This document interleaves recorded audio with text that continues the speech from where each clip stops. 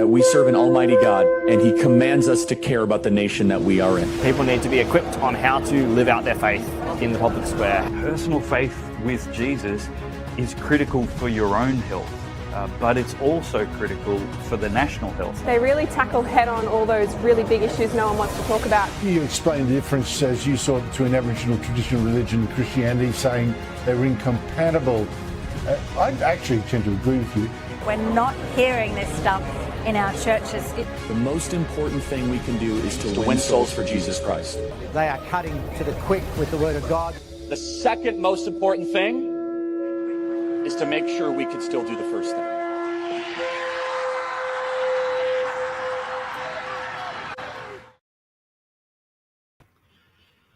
G'day and welcome to the Church and State Show. My name is Dave Pellowe. I'm the founder of Church and State and your host for this show. We're currently in the middle of a series called How to Save Australia. It could be a whole new show in itself. I don't know how long the series will go for, but we're recording episodes as fast as possible. We're going live with no predictable routine other than the availability and inspiration to get guests on.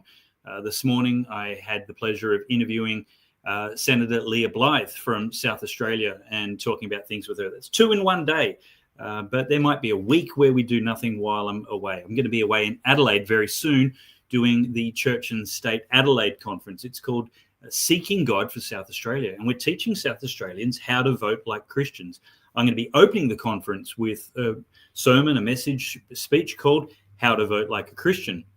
This is going to be a sermon that I have crafted and written especially to be something that any pastor could and should preach in any church, because we need to disciple the debate. This is what the church is for. The gift of pastors is for the equipping of the saints for the work of the ministries, along with teachers, evangelists, prophets, and apostles. So this is the discipleship job that we've got to do. But it's also the Great Commission to make disciples of all nations, teaching them to obey everything that Jesus commanded us. So you need to be at the Church and State Adelaide conference on the 11th of October so that you can be equipped to teach South Australia and its candidates how to represent righteousness, how to obey everything that Jesus commanded. We're not talking about making people Christians. We're talking about making government good.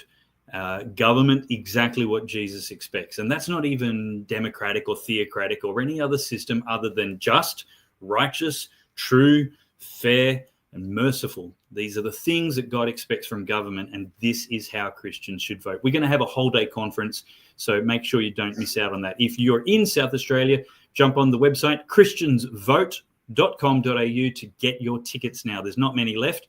We need to close out catering orders at the end of this week, so please make sure you register as soon as you can. Well, my guest in this episode is a candidate in the South Australian election, and more impressively to me, she used to be a chief of staff for one of my Christian political heroes in this nation, and that is Pastor Andrew Evans. But first, let me welcome Thea Hennessey to the Church and State stage. Welcome, Thea. Hello, David. How are you? I'm doing incredibly well. Let's put a title on the screen for you. Name Thea Hennessey. Have I spelt it right? Hennene. That is correct. A lot of people don't get that right, so well done. Well, you've got way too many letters in there, but I can't point fingers because people usually leave the E off the end of my name as well. And you are an SA 2026 MLC candidate. That's the Legislative Council, or the upper house for first-time voters. And you're representing the Liberal Party. I sure am. Nobody's perfect. There's no party that's perfect, that's for sure. That's very true. Look, I want to talk about Andrew Evans because you started your political journey many, many years ago. Who would think it with such youthful appearance?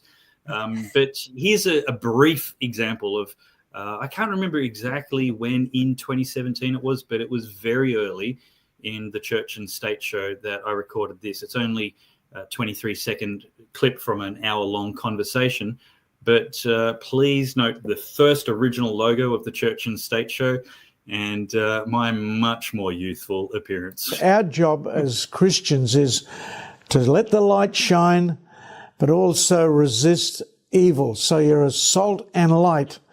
And so without being activists on every issue, pick your issues very carefully, the ones that you really feel are bad for our society, and then take action.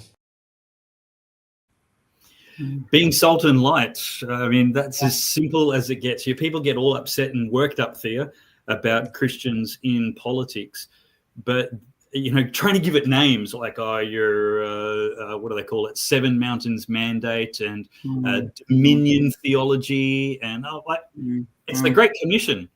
It's just the basic. It's the Sermon on the Mount. You need to be salt and light.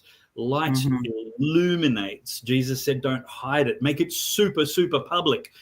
It has to expel darkness, reveal evil. Ephesians 5 talks about how the light is meant to expose the deeds of evil. John 3, Jesus preached the gospel to Nicodemus, and he said people are already condemned if they don't believe in the Son of God because they hate the light. They prefer their evil deeds to be done in darkness. That's our job. This isn't some kind of Christian nationalist conspiracy, dominion, theocracy, Seven Mountain Mandate, all the epithets and horrible words they use to describe us. This is just classical Christianity. And Andrew Evans really, really got it. He really did. Yeah, it's amazing to see some footage of him there. It feels like I was in his office yesterday talking with him about, all the things that went through his mind. But what I loved about Andrew, David, is he kept it simple. And you can see there, he always kept it simple, and that always resonated with people, with everyday people. And funnily enough, he never really called himself a politician in the truest sense, but in a way he was, because the best politicians keep it simple, right?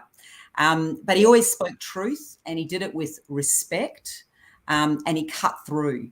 And so, yes, that message of salt and light, I think we all need to remember it. We do complicate things, and we just need to be ourselves, right? Yeah. Be ourselves, speak the truth, because trying to be like anybody else is never effective anyway. Be ourselves, speak truth, do it in love, do it respectfully. And Andrew was certainly an incredible role model for me, David. I felt very privileged to work with him. Funnily enough, when he was in Parliament, he was not a spear thrower. He was not aggressive. He was respectful, very respectful, gentle even. And he won the respect of everyone across the political divide. It was incredible to watch Labor, Liberal, Independents all coming in and just treating him with courtesy, because he showed them first courtesy. And when we first got in, I remember him saying to me, "I think the media think, Thea, that I'm going to be some, antagonistic, aggressive, anti-love guy, like a guy that was rooted in hatred." And he goes, "That's not me, and that's not what I want Christianity to represent in this place." And little by little, he won the respect. So everyone put their arms down when they connected with him. They laid down their arms, and he built relationships. That's not what I always see in political spaces, can I just say, for the record. I have to say, I'm sure he'd be gifted with a lot more grace than I am. I'd have to pray for that. I think I'd be the spear chucker. Oh, yeah, totally. And we worked well together, because I was a bit more of the, calling them to account. Prophetic than pastoral. Yeah, maybe that's right. But definitely calling the government to account more than he was. But we worked well together because of that. But yeah, just an incredible role model. And back to that thing, salt and light, absolutely. When I first started thinking about getting into politics again, that was my message as well. Jesus, just shine your light. Just shine your light. Be yourself and shine your light. Yeah, that's good. Look, we'll play another clip from Pastor Andrew. I have to say, I love seeing his face again. He's gone to glory, and I can't wait to see him again. I love that man so much. And many South Australians do, I'm sure, who called him pastor. He was pastor of the Paradise AOG for a long time, superintendent of the AOG Australia for a long time. And one of the heroic things I love about him is he had this entire extraordinary, successful career as a church planter and church father in Australia. And then at retirement at 65 years old, he started this entire new career in politics and made a mark that was really, really remarkable. But this clip is really talking about the prophetic voice of the church, speaking truth to power, as you just alluded. Give some very practical tips which are helpful in the perspective of a pastor, of how you actually bring the need to be active in the public square with balance and sobriety into a congregation. Let's have a look. I just felt helpless, like so many pastors, so many good people feel helpless. I got on the lift and I'm praying as I'm coming down, and by the time it hit the bottom, I had a strategy. And this was the strategy. It was go back to your church. When anything like this comes up, tell your people all about it, all the bad reasons about it and why it's no good for the society. Excellent. Then tell them to write to their politicians, not saying they're Christian, not quoting the Bible, just saying, I'm a concerned citizen and I don't want you to vote for this. As my representative, I don't want you to vote for us, and give the reasons why you don't want to vote for it. I'd actually give them material to show the bad reasons so they could write that in their letters. And we mobilised hundreds and hundreds of letters. We finally, just apart from our church, I spread it to other churches who joined in the campaign. And every time anything like that came up, we'd just pour in the correspondence. And every time we beat it, it never went any further. That is a fantastic strategy, and it still is. Yeah. And it's not anything other than the proper use of our democracy. Absolutely. It's a group of like-minded citizens with common values coordinating and organising their voice politically to achieve representation. There's no undue influence. It's still one man, one vote, one value, majority rules. Yep. That's awesome. Tell you what, there's a whole lot more grey in my hair and a whole lot more face on my beard than there was 9 years ago. Thea, what was it like working with the Family First Party, working with Andrew Evans MP, and engaging with churches? What was the response and the ease of conversation? Like I was a state director for the Family First Party 1.0 before beginning this ministry. And this was in the early 20-teens. So by 2016, it was really, really hard to get a conversation with a pastor or get Christian volunteers. But what was it like when you were working with Pastor Andrew? Yeah, so it's a great question, David, because you can see what's evolved over the years, the then and now.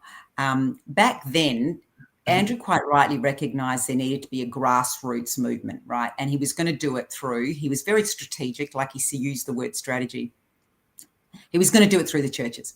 And he was going to go and speak at various churches and really just explain what's happening, that he feels called to do this. And come on board, join the party and help at polling day. So he sort of put the call out. But the environment back then, David, was very different to the political environment I think that we're in now. And that's a crucial difference. 25 years ago, it wasn't as heated. So in a way, when pastors said, come on in, it wasn't as risky for them. It wasn't a polarizing thing to have someone come in and speak about politics. And so I think it was, and also Andrew had a lot of respect, not just amongst AOG, but he had respect with other churches as well, other denominations. So he had a broad base of support, if you like. But then fast forward to now, and especially say the last 6 years, but even like you said, 2016, 2017, it was difficult. We've got things that have made the atmosphere more charged. We've had the COVID and the mandate debate, and the Palestinian Israel, and all of and the abortion stuff has become more, more serious and more confronting, I think, in more recent years with abortion at birth.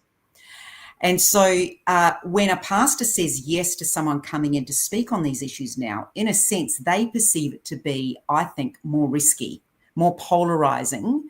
And ultimately, they think that they're going to lose people if they do speak on those topics. And that is, I think that's not right. A case in point recently, our pastor, I know he won't mind me sharing this, he spoke on Charlie Kirk, and I lost count of the amount of people, David, afterwards that said to me, if he hadn't spoken on Charlie Kirk, they would have been very disturbed, and some of them said, oh, I don't know if I could have stayed in this church. So actually, I wonder if there's a majority of people in our churches that want to hear. I can't tell you how many times I have sat around my dinner table with a whole group of young adults or, Christians, non-Christians, and I start telling them what's going on, and they say to me, how do we not know this stuff, Thea? And they then say, how can we find out about this stuff? Yeah. And so there's a desire to know, but there's also initially a shock in them that they didn't know this stuff and that it's happening. And there's we could go on forever about all the things. I get that frequently with new followers. They're just like, I can't believe how much I didn't know. And once you know, you can't ever unsee it. Our society desperately needs saving, desperately needs Jesus. And you know what? I get super tired of the play nice and try not to be so polarized tone police, because when you've got people who are trying to mutilate children, murder babies, and profane marriage, like there's no middle ground. It's like somebody trying to tell you that it's safe to drive on the wrong side of the road. Like, there's only two answers. There's no gray. You're going to hurt a lot of people as well as yourself if you ignore the rules, if you ignore the truth. And this is the result of the polarization. And so the courage required is to risk your reputation. It's like, well, hey, people are going to think I'm strident or not nice, or I'm going to lose people from my church. And I think you're right. The reality is that not only do we have to disciple the debate, that not only do we have to teach people what God says about controversial, contended issues, they're desperate for it. Now, there's a cohort of people who will leave a church when it starts preaching the truth. Reality is you were never pastoring those people. You were never discipling them. They were never going to grow under your leadership because they reject all leadership. They reject all truth. They reject the opportunity for the gospel to make them uncomfortable. But I think, I know a bunch of Adelaide churches who during COVID just started preaching freedom of conscience, sanctity of conscience, and did not swallow the status line or allow people to divide the congregation or close the church doors. And they lost some people, but gained a lot more people within just 1 year. But even if you did lose a bunch of people, you're literally choosing between pleasing people and obeying the mandate of the ministry that God's put in your life to equip the saints. Well, 100%, David. I couldn't agree more. I would go so far as to say there is a spiritual and moral obligation on our leaders who are preachers of the Bible. They've been called by God to share the Bible, to teach the Bible. If they leave these topics alone, then I fear for them. I fear for those leaders. That's the reality. It's incumbent upon them to equip their people. Now, Andrew Evans said it so well. What he was essentially talking about in that clip you played was he was talking about education. Yes. He was talking about empowering them. He wasn't talking about them voting for this party or that party. He was just saying, this is what's happening at the moment. Know about it and now do something about it if you choose. He was still honouring their free will. He was just allowing them to was like he was lifting the lid on what was actually happening. That's all we really need from any, can I say, not just church leaders. I admire and respect any community leader, any person, even around the dinner table, that's willing to share about what's going on in our society, because it's everywhere. It's across the board that our freedoms and rights are under attack. Our Western democracy that we hold so dear, like Greg Sheridan from the Australian paper, he said, the academic fashion now is not to study Western civilization, but to attack it.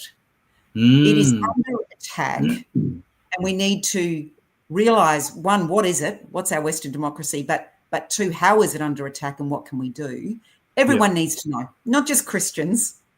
Everyone needs to speak about it, not just Christian leaders. There needs to be a growing discussion, because soon we may be silenced from even speaking out, like we're having this tonight. Today, David, this could be stopped in, what we've got now could not be down the track. Let's be honest here, 100%. Of course. And here's the thing is like we've got truth tellers and discourse, I don't know what verb to put on that, but people who just want to talk and explore differences civilly, like Charlie Kirk, being assassinated by the logical conclusion of the people who think that disagreement is hate and speech is violence. The only logical conclusion that they can come to is that they have to escalate and escalate and escalate and regulate and regulate and regulate until they conform and mold us into the citizens that they want to be with the worldviews that they think we should have. That's right. To think that this isn't going to go a lot further is to be willfully ignorant of how the last 10 years has transpired. The ratcheting and the polarization is happening at a rapid rate, and they will not accept anything else from us except surrender. There is no middle ground in their mind.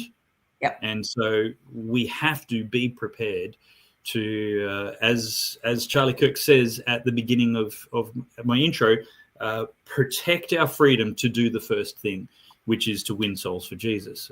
So there's these two important things here. If you want to win souls for Jesus, you have to protect your freedom to do so. 100%.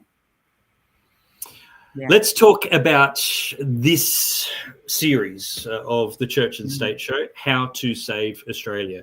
Thea Hennessey, Liberal candidate for the Upper House in South Australia 2026 election. How do you think Church and State viewers should take practical steps to save Australia? Look, it's a massive question, and I really admire you for jumping into something that is huge, really, but a very, very important thing to ask. Because one, do we think Australia needs saving? Do we think that it's in trouble? Well, I think we do. If the litmus test is our freedoms and rights are under attack, and so what we currently experience now, we might not experience, as we said, down the track. Look, I think it is incumbent upon us, and we've already touched on this, is the importance of getting ourselves educated, right? People say to me, how can I find out, Thea, about the things that I want to know? And how come I'm only hearing it from you for the first time? I loved something that, back to Charlie Kirk, I loved what he said recently. He said, you've got to be reading. You've got to be reading books. In fact, I would say read 50 books a year. You're saying read 50 books a year and you will have 500 books in 10 years. And we underestimate the importance of just reading, getting ourselves exposed to good literature. We actually live, David, in a post-literate society. A survey done of 18 to 25-year-olds, the majority had not even read a book from beginning to end. They couldn't do it. They actually couldn't do it. Wow. And so their IQs, it's proof that IQs are dropping, and people are becoming more illiterate. And so that in itself is a real problem. So as people, if they make the decision that they want to get engaged, then they need to become educated. And that requires proactivity. They need to be proactive. I went to your Church and State conference last year. You gave it a plug in the beginning. I'm going to give it a plug now. It was fantastic. not only did it inform me, but it inspired me. And we do need not just information, but we need inspiring. You know, we need to know what is a democracy, right? But why we need to fight for that democracy, you know? Yes. And so to me, I'm passionate to explain the process. I mean, again, I've lost count of how many people don't even know the parliamentary process. They don't know. They'll say, yeah. They'll go, I don't know anything about politics. Yeah, you're 100% right. Education is where it's at. And church and state is for the viewers' information and in conversation, they're just saying, look, we're doubling down. I've been tempted recently by the amount of work there is to do just in this small ministry with limited resources, been tempted to slow down. And you know what, following Charlie Kirk's assassination and martyrdom for speaking the truth, it is so clear the emergency our culture is in. I'm clearly hearing God say, don't slow down, double down. Absolutely. So it's time to ramp up the education and add action items to the end of every lesson. Here's what you need to do. But that's me saving Australia. How do you think everybody should save Australia? Get educated? Get educated, but also get out of that mindset that life was meant to be easy and comfortable. So true. You know, truly, when you give up your life, you gain so much in the sense that you go, I'm recognizing there's a bigger call than just looking after me, myself, and I. And I am willing to pay a price because it's worth it. And I know, David, that feeling of just going, oh, gee, it would be a lot easier not to.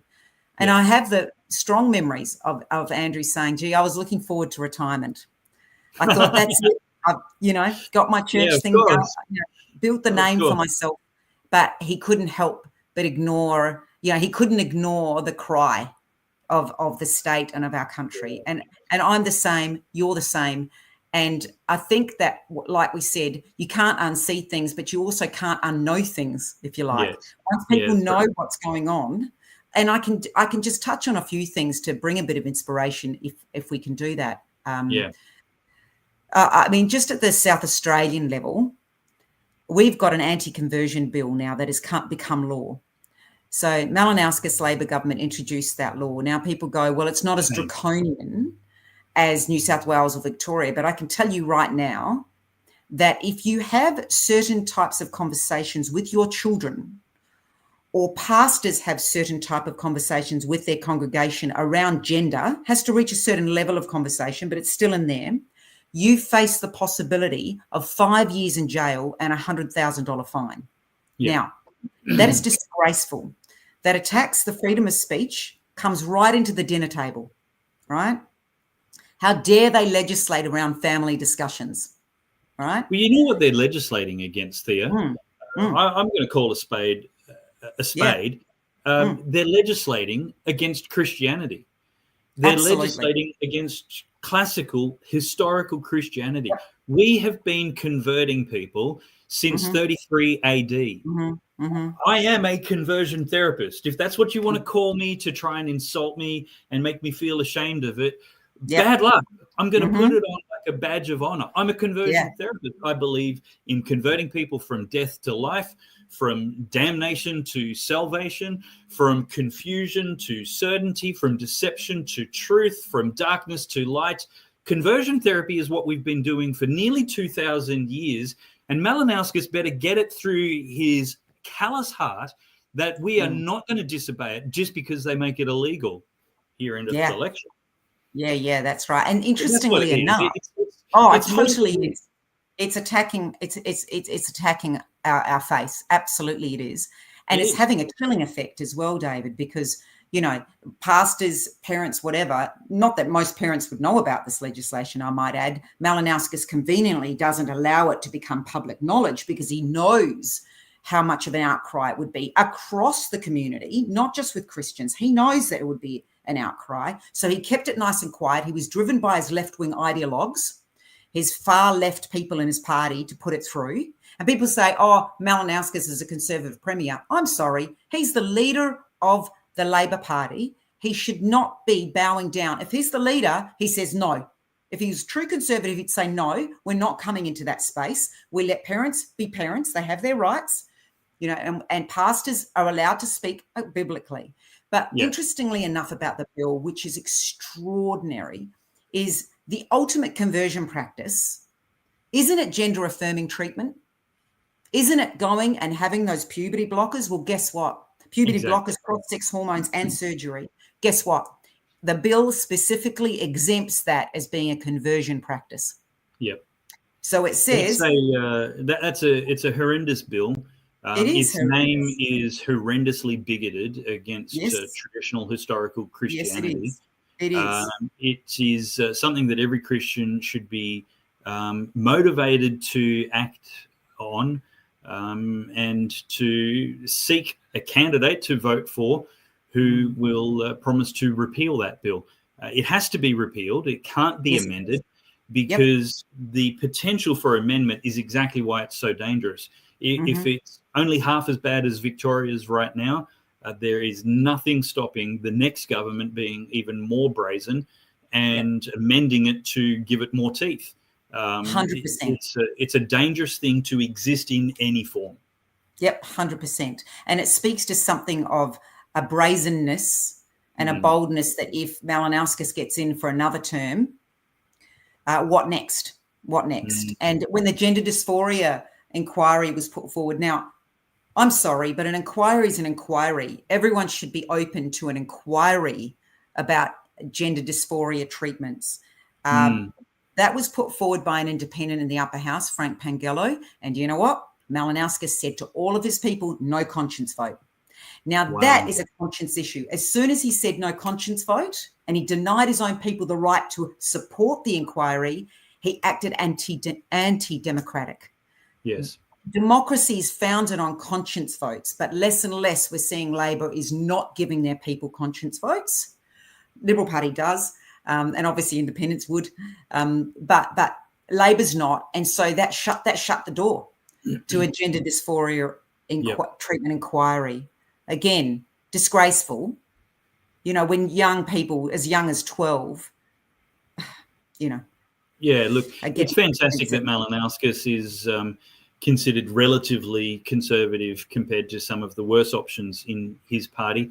But the problem is if the worst options in his party have so much influence over him to bind the conscience of his members and to introduce anti-Christianity bills, then you have to be worried about what kind of influences they will bring to bear in the next parliament, because the next parliament is going to take South Australians, that's going to choose the justice, righteousness, truth and liberty of South Australians for the rest of this decade. Absolutely. And you know, I know that this isn't specifically touching on Christianity, but it is for me because I think anything to do with our property rights is a cornerstone of Western democracy. Property rights, freedom of speech, religion, association. It's just crazy. But there's a couple of bills there's heaps of bills, David, that are cutting across our property rights. One of them that went through that, I've always got the alarm bells going off with anything that attacks our democracy. And one that went through was if you on your own property drive over a mushroom that falls within a native species and you do it without a license, you could be charged $250,000 and be put in jail. Yeah. So, for some Christians, we think, whatever. But you know what? That is a serious attack on our freedoms. Private property is a fundamental principle established in the Ten Commandments. And communism is the fundamental attack on private property. Absolutely. And no worldview and political ideology has persecuted Christianity anywhere near as much as communism. The dots are very close together on such ridiculous socialist policies. Look, we're talking action points. Yes, action points. More than issues, but the issues help illustrate the action points. So that's totally within bounds. But point number one from Thea Hennessey is get educated if you want to help save Australia. Point number two is expect inconvenience. Have I missed any? Or where are we up to?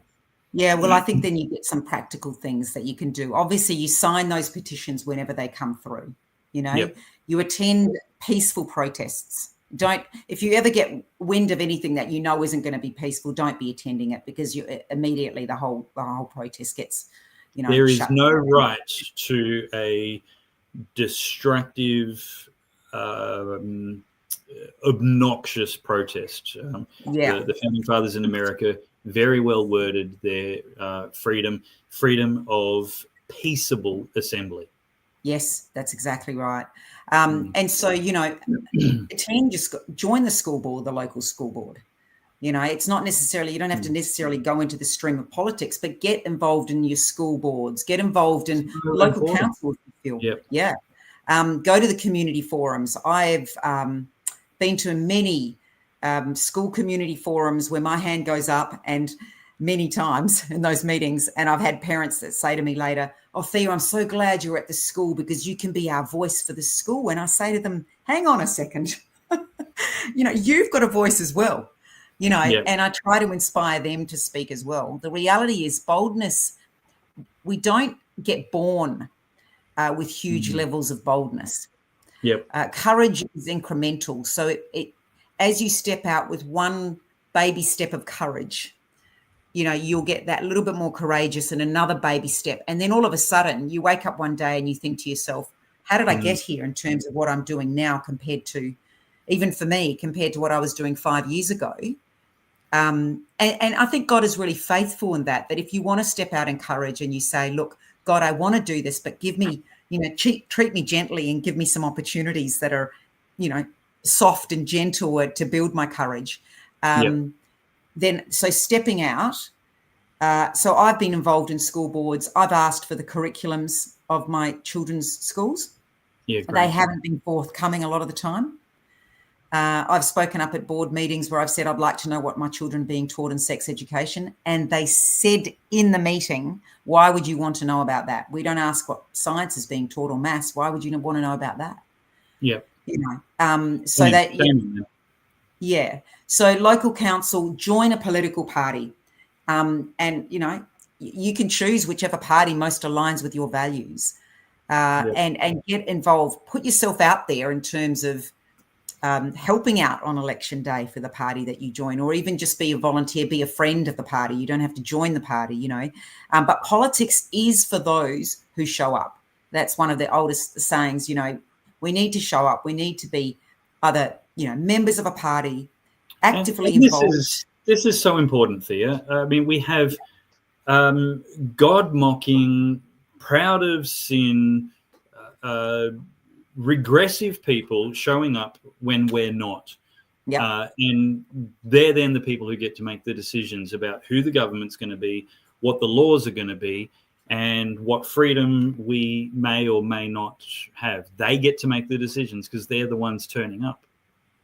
100%. And it is the left's long march through the institutions. They've been doing it for a long time. They've been very strategic in it. And they are mostly a minority. I think some of the bills that have been passed in our South Australian Parliament do not represent the majority of South Australians. And yet somehow those, like you said, those very active, politically active people have stayed engaged. They've got engaged. They've stayed engaged. And they've actually determined the outcome of who are the people that are in Parliament now representing. And yet it's not actually all of South Australia. It's not actually all of Australians. And we all sit back. I mean, The Voice was a classic example of that. 60%, over 60% of Australians didn't want it. And yet there it was, being driven by the government of the day. Yeah. Putting through that. And the media and the corporations and all these people presuming to speak for us. And pour scorn on those people who dared to speak up against them. But luckily the Australians did speak up and say, no, we don't want our constitution fiddled with. Yeah, that's exactly right. I think we're always going to be demonized when we go to speak the truth. The truth, it can be offensive. It can be hard to hear, but we need to keep speaking it at whatever cost, and some of the most, what I'm seeing with leaders, David, across, political, church, whatever, the ones that do speak and speak at personal cost are getting stronger. They're becoming more articulate. I'm seeing a boldness and a ability to express themselves that they're just going from strength to strength. I do believe that is part of God honouring people for stepping out in boldness. Yeah. And I think of Charlie Kirk, he may not have been the wisest, most articulate person, most intelligent person in the world. Oh, he was exceptional. He was very exceptional. There's people that were better than him. They're few. There's not that many. That's right. But I do think he got there because he decided that he wasn't going to care what people thought of him. He was going to speak the truth without trying to win friends. Yeah. Because if you're trying to live your life always people liking you, it'll make you weaker. That's the reality, And that's not to be disrespectful, like we say. He did it with respect. He spoke the truth in love. No, he was very civil. I mean, but again, when you're talking with people who hate you, who hate truth, who hate God, it's not always possible to be completely nice. And it's an enormous mistake to think that Jesus was always nice. He viciously disassembled the characters of the people who thought themselves more moral than God, more righteous than God, and better than everybody else, presuming to pile regulation upon regulation upon regulation on the people that Jesus is there. And Jesus is like, get off these people's backs. You aren't that good. You aren't smarter than God. In fact, you're not even the truth. He basically called them bastards. He said, you are illegitimate children. Abraham is not your father. Your father is the devil. And they're all offended. Oh, how can you call us such? How be you be not so nice to us? And how come, if Jesus had have been writing that on social media today, the Christian tone police would have been all over his case, telling him what a terrible person he was. But Jesus backed it up with the facts. He said, your hearts are full of murder and deceit, just like your father, the devil. That's his native language, and that's why you bear his resemblance. So, look, we've got to be bold about the truth. Be nice as much as you can, but,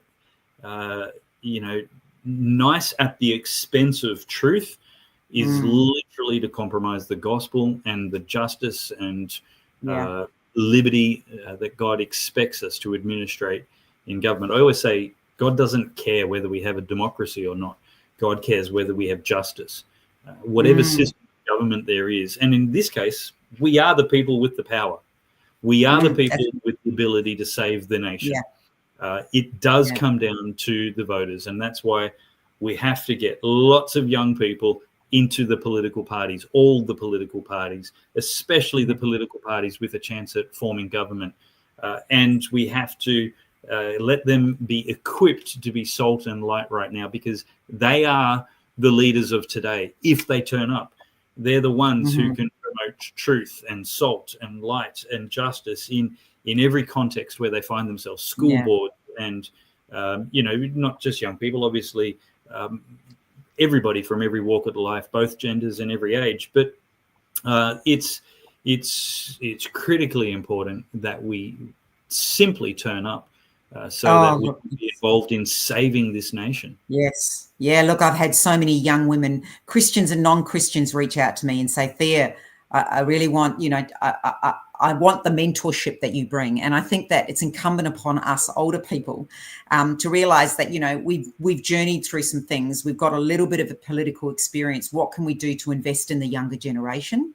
That's almost like a moral obligation on our part. Like, I never want to lift the ladder up for me, because I just think, before I know it, the baton's going to be handed on. And so, very much so. But I really, what you said about Jesus and the way he spoke out, 100%.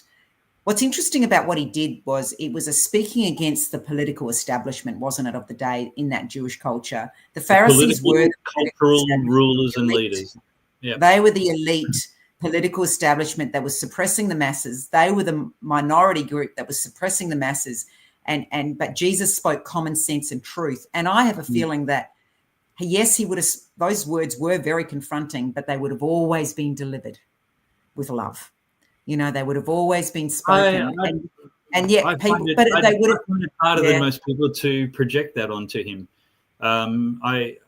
You know, the text is text. We can't read tone into text. I don't think so. I disagree, Thea. I think he would have been viciously angry with them frequently. I read his conversation with Nicodemus, and I think, you know, he's patronizing him. He's like, aren't you meant to be Israel's teacher? How do you not even know this? And then when he's talking to the Pharisees who asked him about marriage and if it's lawful for a man to divorce his wife, he's like, haven't you guys read Theology 101? In the beginning, God created man and woman, and you know, he's literally maybe Jesus. So yeah, and he had a righteous anger, and yet there was the tension of he is love, because he's God on earth too, as well as man on earth. Yeah, but love isn't always somehow nice. The tension worked. Hey, love isn't always nice though. Like, no, speaking the truth in love can be done angrily. That's right. That's right. You know, when I'm yelling at my child to get off the freeway because they have no road sense and a semi-trailer's coming, I'm not saying it with tender tones. I'm saying it with urgency and intensity and love. Yeah, and that's probably why so many people got offended by Charlie Kirk, because he said it with a lot of like very, very confronting, didn't he? And it was all truth, you know, and yet it was highly offensive for those. Somehow I think we have that to is an attitude, not a tone of voice. It's probably, without overstating it. Of course, Jesus was a really good guy. He was always good, but I don't think he was always nice. I don't think we're called to be nice. I don't think the word exists in the Bible. Yeah, we're not called to be nice. That's for hey, sure. Thea, before we wrap up, I want to ask you, because the media seems to be writing hit pieces on you, where they're genuinely surprised, shocked, and scandalizing you for actually believing that God is still performing miracles today, including healing people. Have you heard of any other Christians that believe in healing and a God of miracles? The great majority of Christians do, I would suspect, David. Look, it's been an interesting journey with that, leading up to my pre-selection. So we have this internal party process. When you go to vote in 2026, you get a long white paper, right, for the upper house. That long white paper has got names above the line, party names, and then there's names underneath. Well, how did those names get there? They got there through an internal party process. The Liberal Party does, Labor doesn't as much because it's more socialist, but we have an internal party process of voting. Our core governing body, 217 people vote. Prior to that vote, the media decided to do hit pieces on me to try and make sure that I didn't get on that white ticket, right? Which is very interesting because God only knows why the media don't want me on that ticket. But some information was given to them where I was speaking at a conference 3 years ago, and I talked about how I prayed for someone and God healed that person. And it was an incredible miracle. Yeah, it really, truly was. And they decided to run a piece on that. The Daily Mail, UK Daily Mail, and then the Advertiser spoke about it as well. I can just imagine the headlines. Christian candidate believes Christian things. It's extraordinary. And I made it very, very clear to Liberal Party leaders. I said, look, if I get through this, I'm letting you know. So if I do get on that white ticket, I'm letting you know that I'll be unashamed about my faith. My faith makes me who I am today. It informs me and hopefully speaks to issues of honesty and integrity. And I will not shy away from my faith. And they said to me, no, Thea, we don't want you to. So it was just a moment of how refreshing from the Liberal Party. Yeah. Oh, absolutely. Yeah. Because we are a broad church. Like we are, generally speaking, we embrace people. Well, that hasn't been so true so recently, but I'm glad to hear things are changing.